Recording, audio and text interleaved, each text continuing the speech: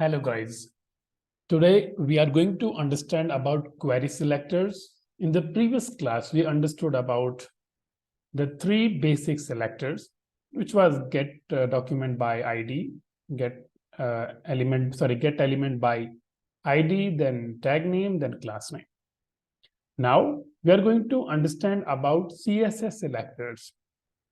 So before we understand, let's have a very brief review about CSS. So in CSS, again, we have selectors by which we can select a particular tag.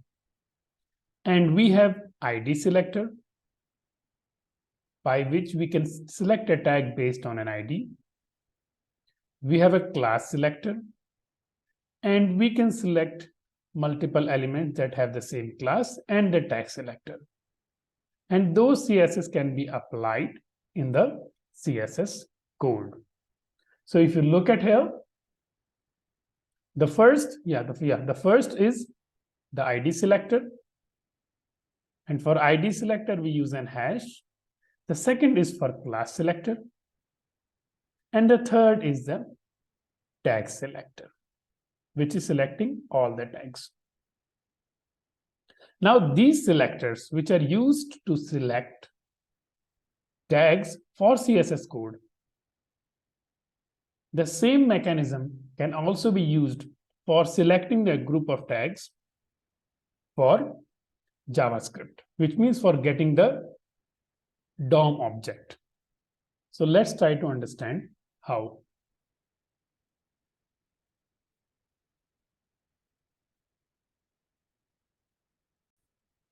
So for selecting an element with a particular ID, we can use a function which is document.getElementBySelector, and inside this function we can provide the CSS selector, which means instead of giving the ID for what we did previously, now we will just give the CSS selector that will return me that particular element's DOM object. So I can write document.getElementBySelector inside this hash ID. And this will return me what? This is going to return me the DOM object of this heading. Simple, right? So next, what if I want to get a group of elements? There is one more way. Same function we can use, but this time we will write document.getElementBySelector.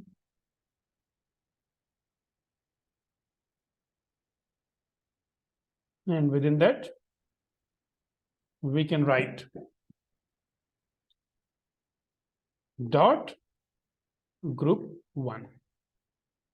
This will return me the element with the class group 1.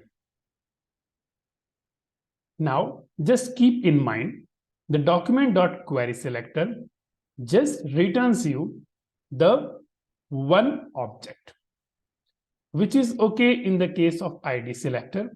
But if I go with the case of group selector, which means the class selector, then I need not one, but two DOM objects in the result.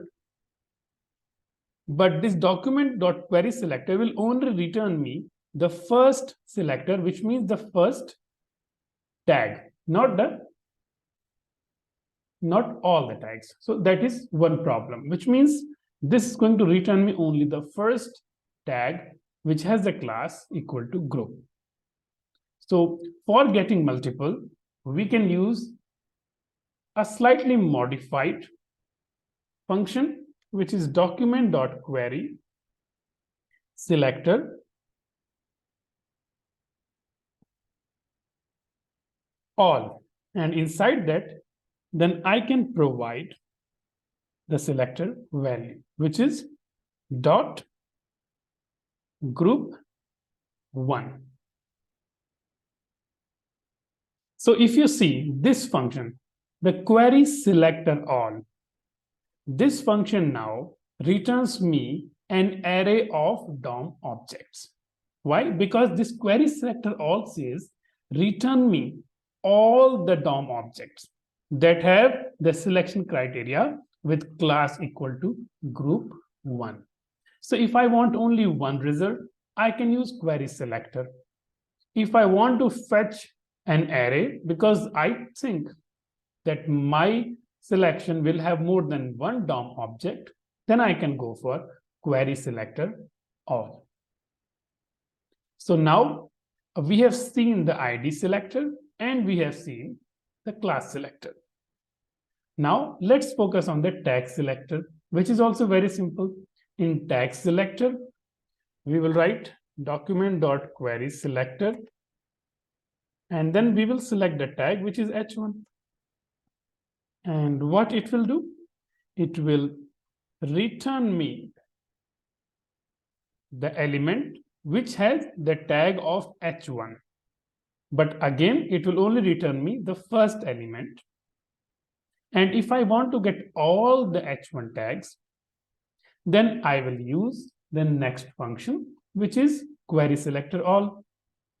So if I use querySelectorAll, then it will become document.getElementsByClass and pass the h1 tag. That is all. So now it will return me an array of DOM objects for the selection criteria. But keep in mind, the querySelector or the querySelectorAll function takes input the CSS selector. So the CSS selector for an ID is hash ID, as we can see here. So the same thing is going to be provided inside the input. For class selector, it's not only the class, but the entire selection syntax, which is .group1. And the same thing goes with tag, but with tag, we just need to provide the tag for selecting a particular tag in CSS. So the same thing applies for querySelector also. Another thing, querySelector gives you only one tag. querySelectorAll gives you an array of tags for that particular selection criteria. Now, one more interesting thing to understand is that this querySelector can select any element based on any CSS criteria. Now we have these fundamental or basic selection, techniques, which is ID, class and tag, but we also have something called mixed selectors.